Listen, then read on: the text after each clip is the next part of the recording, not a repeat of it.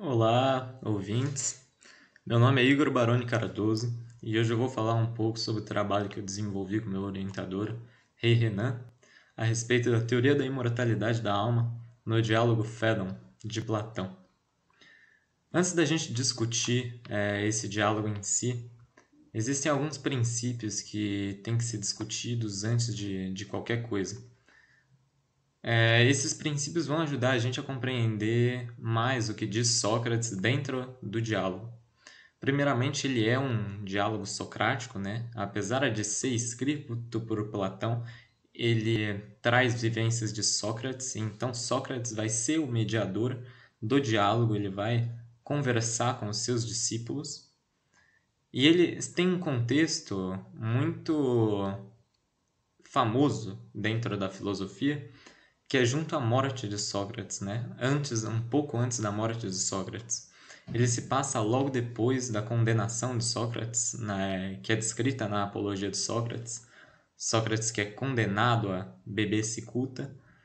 E após essa condenação, após esse ato, ele se reúne junto aos seus discípulos e lá nasce o diálogo que nós chamamos de Fédon. O tema principal desse diálogo vai ser a imortalidade da alma, que vai ser o tema principal ao longo de todo o diálogo, apesar de terem várias ideias que constroem essa teoria. Então, é um diálogo muito completo, e assim como qualquer outro diálogo de Platão, ele vai ter o que a gente chama de ideias em laço, ou seja, as ideias de Sócrates são muito bem formadas, a sua filosofia é muito encaixada. Então, nenhuma ideia fica solta, todas as ideias se unem e formam uma única filosofia. Isso nós também vemos dentro do diálogo Fédon. Primeiramente, é importante a gente comentar a respeito de uma teoria muito importante que é construída dentro do diálogo Fédon. A teoria em si é chamada de teoria dos contrários ou teoria dos opostos.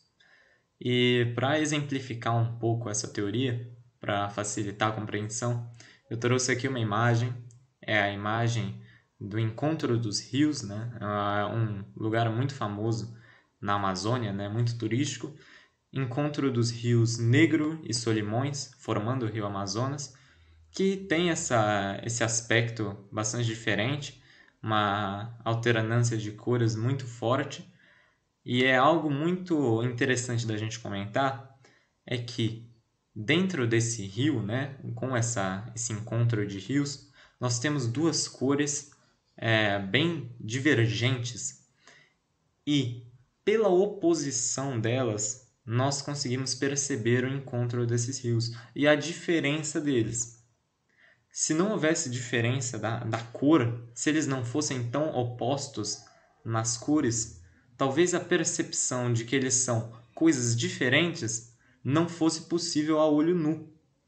Então, por serem opostos, nós podemos dizer que um rio é o Negro e o outro é o Solimões. Isso é um exemplo para a teoria que a gente vai chamar de opostos. Sócrates, ele, ao longo do diálogo, ele traz essa teoria que diz o seguinte, que a existência de muitas coisas se dá pela também existência dos seus opostos. Nós só conhecemos algo pela existência de um oposto, de um contrário. Ou seja, nós conhecemos o agradável pela existência do desagradável. A gente só sabe que existe liberdade porque a gente também conhece a escravidão. Se só existisse liberdade, talvez a gente não conhecesse o conceito de escravidão. A gente só conhece porque existem esses dois polos. E ele leva isso mais a fundo, né? O Sócrates, ele traz a sua filosofia muito complexa e ele leva essa teoria ainda mais a fundo, trazendo aos seus ouvintes os estados, né? Então, o que ele traz? Dormir e estar desperto. Nós só estamos dormindo porque estivemos despertos por algum tempo. E nós só estivemos despertos porque um dia estivemos dormindo.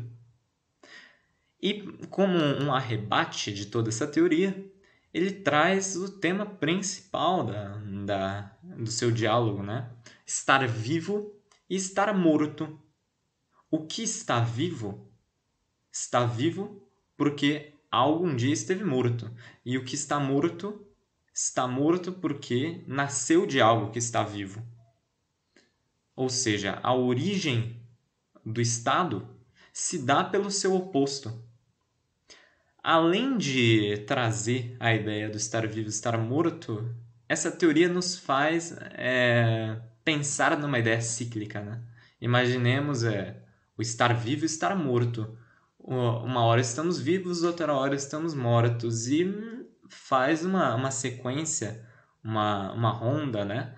Em que pensamos no ciclo de vida e morte, o que nos leva também a pensar na imortalidade da alma, o grande arrebate de Sócrates. Vemos ali no passo 72a do próprio Fédon, em que Sócrates cita, né, os seres vivos procedem dos mortos, tal como os mortos procedem dos vivos. Isso nos diz até na biologia de hoje, tentando associar com os pensamentos atuais, que vemos que as plantas nascem da terra, né? Da terra que digamos que seria morta, né? Uma não viva, que é gerada a partir da própria vida. A vida padece, se decompõe e nasce, e dessa matéria morta, nasce a vida. Ou seja, um animal morreu, se decompôs, deu alimento à terra, e a partir desse alimento nasce uma flor, por exemplo. Então, nós podemos pensar nessa ideia de uma vida cíclica, um universo cíclico entre a vida e a morte.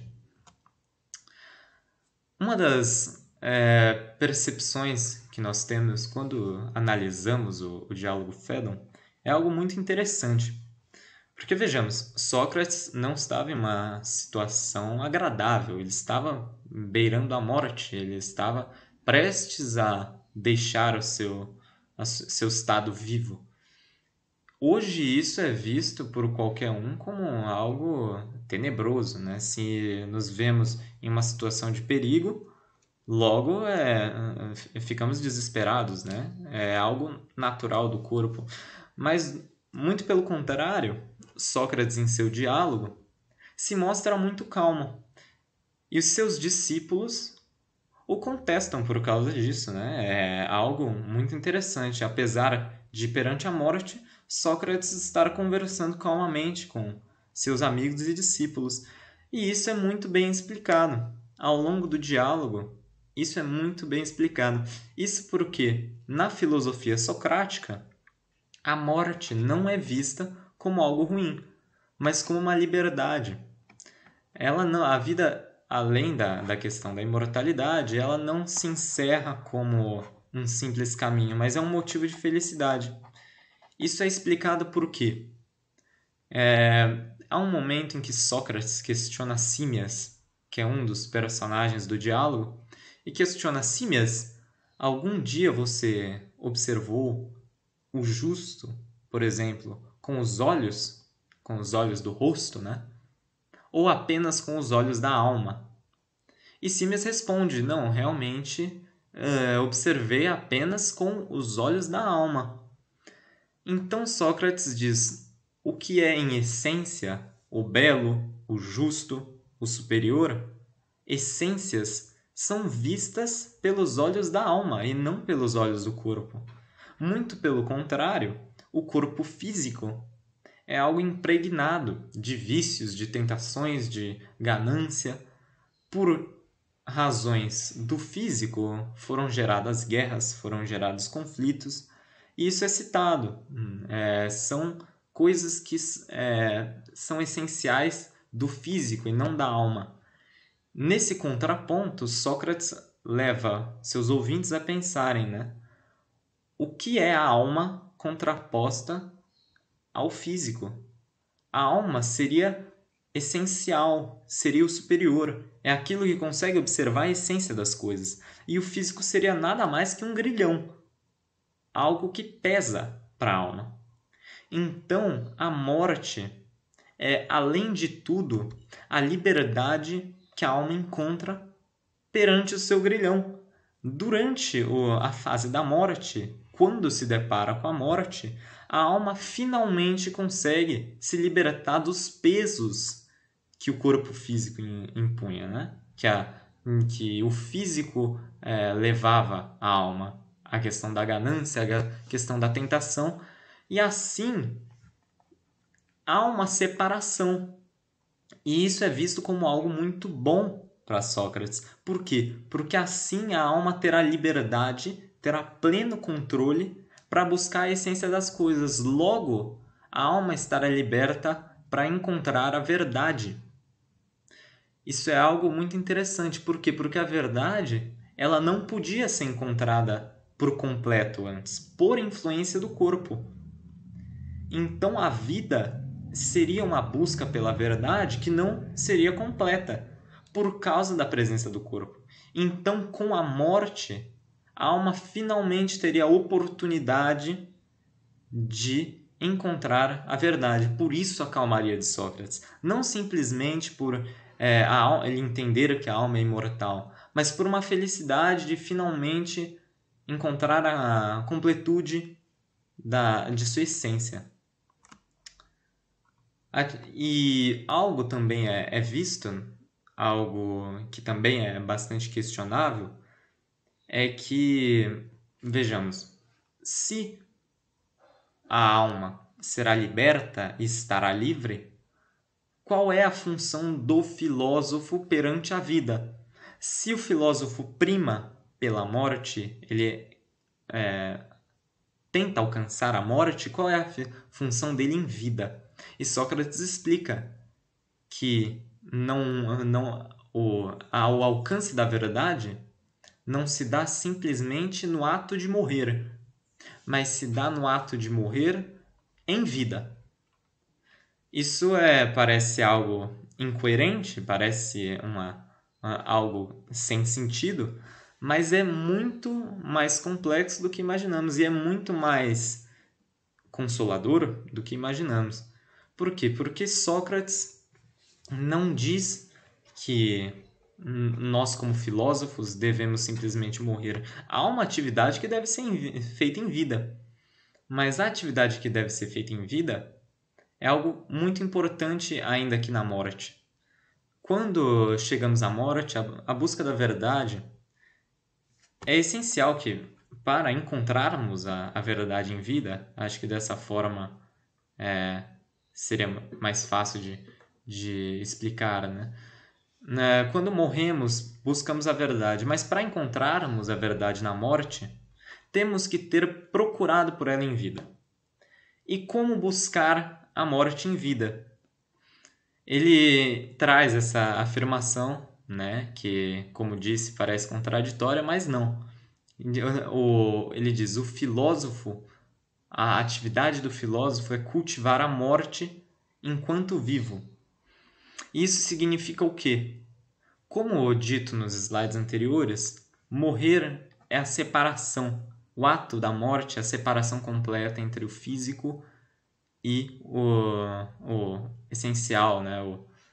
Da alma, a alma do físico. E morrer enquanto vivo seria praticar a separação do físico da alma. O que isso significa? Significa que nós devemos nos afastar, ainda que em vida, o máximo do corpo possível, nos aproximarmos o máximo da alma possível. Sabemos que isso não pode ser consumado pelo fato de estarmos presos ao corpo físico. Por isso que a morte é tão desejada.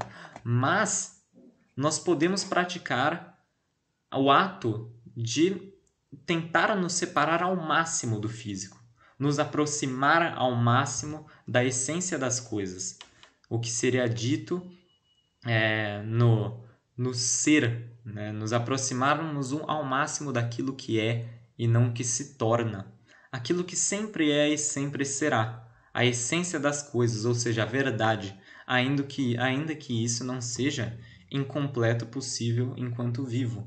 Isso nos fará encontrar a verdade quando nos separarmos por completo do corpo.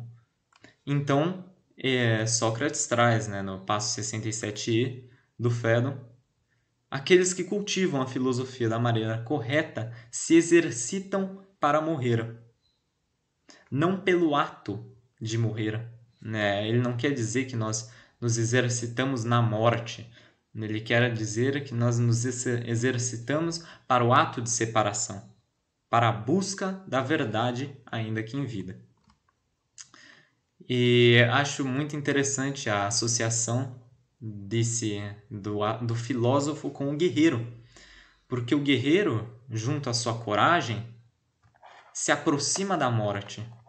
O guerreiro, com toda a sua coragem, se leva à morte. Ele vai ao encontro da morte. E assim como o guerreiro, o filósofo também o faz, mas não pelo perigo de padecer, mas pela coragem de poder se separar do seu corpo físico e encontrar mais com a sua alma, com a essência das coisas, perceber a essência das coisas, deixar de lado vícios, ganâncias, que são coisas que prendem a alma ao corpo. Então, assim como o filósofo, o guerreiro impõe a coragem e se vai ao encontro da morte. Ambos têm coragem e ambos vão ao encontro da morte, ainda que de formas um pouco diferentes. As conclusões feitas no diálogo Phaedon de Platão são muito importantes. Deixe-me voltar aqui. As conclusões que são feitas dentro do diálogo Phaedon, como eu disse no início, são muito complexas e são muito importantes para o desenvolvimento da vida cotidiana, não no passado, é claro, porque as palavras de Sócrates são palavras atemporais. Então, Sócrates traz uma filosofia muito complexa e que nos leva a um pensamento que vai muito mais de um simples diálogo, mas traz à tona um estilo de vida, um jeito de viver. Essa questão de nos aproximarmos da alma e nos afastarmos dos vícios é algo que é muito importante de ser compreendido. Inclusive, Sócrates retoma, né, e finaliza o diálogo com a questão da razão. Assim como em todos os seus outros diálogos, como eu comentei também no início do trabalho, os diálogos eles são muito bem entrelaçados, os trabalhos de Sócrates são muito bem entrelaçados. E sempre há algo que se destaca. Esse algo é especificamente a razão. E no diálogo Phaedon não é diferente. A razão também se apresenta de uma forma muito, mas muito importante. Sócrates coloca que nessa atividade do filósofo, de se aproximar da alma e se afastar do corpo, a razão é primordial. É primordial, porque são os olhos da razão que fazem com que o sujeito consiga distinguir aquilo que tem essência, aquilo que é essência, daquilo que é vão, daquilo que é mundano. É a ideia exposta em Parmênides de ser e tornar-se. Apenas com a razão, apenas o homem dotado da razão é totalmente capaz de distinguir aquilo que é eterno e aquilo que é ocasional, aquilo que muda, aquilo que não é parte da verdade. E nesse caso, a verdade seria um objeto a ser procurado a partir da razão, a partir da visão da razão. Aqui eu trago um pequeno esquema que traz a verdade como objeto a ser visto. Objeto esse que só pode ser observado a partir da luz do pensamento, emitida pelo mundo inteligível, né, pela ideia. A ideia também, que é outra percepção que se apresenta em todos os diálogos de Platão, a ideia traz o pensamento e o pensamento ilumina o objeto, a verdade. E essa verdade pode ser observada pela razão. Algo que também é abordado por Sócrates, né? Que é a ideia da reminiscência, né? Ideias que são vistas ao longo de diversas vidas. Sócrates traz isso também ao longo do diálogo. Ele torna nessa ideia cíclica de vida e morte, é importante comentar, que junto aos aprendizados da razão, né, junto aos aprendizados que a razão traz a respeito da verdade, ao longo de vidas cíclicas, aprendizados podem ser aprendidos de forma a trazer aprendizados de outras vidas para essas. É o que ele chama de reminiscência. Então, hoje podemos saber de algo que nem nos damos conta de que aprendemos em vida. E esses aprendizados, na verdade, são aprendizados de outros ciclos de vida, né? Outras vivências que tivemos não nessa, e que se encravaram, digamos assim, na própria alma. Então é algo que a alma aprendeu e não o corpo. Os aprendizados do corpo ficam junto ao corpo e são enterrados. Mas os aprendizados da alma são sempre levados junto à alma, porque a alma é imortal. Ela sempre é, não o corpo. O corpo envelhece, o corpo morre, o corpo se decompõe. Ele apenas se torna. A alma não. A alma sempre é. Ela não se torna. Então os aprendizados da alma sempre se mantêm. E é isso que ele chama de reminiscência. Acredito que, no mais, essas são algumas conclusões que nós podemos tirar do diálogo Phaedon, que poderia ser abordado de milhares de formas diferentes pela sua complexidade que é muito presente nos diálogos de Platão. Mas por hoje fico com o trabalho por aqui. Espero que tenham gostado e até a próxima.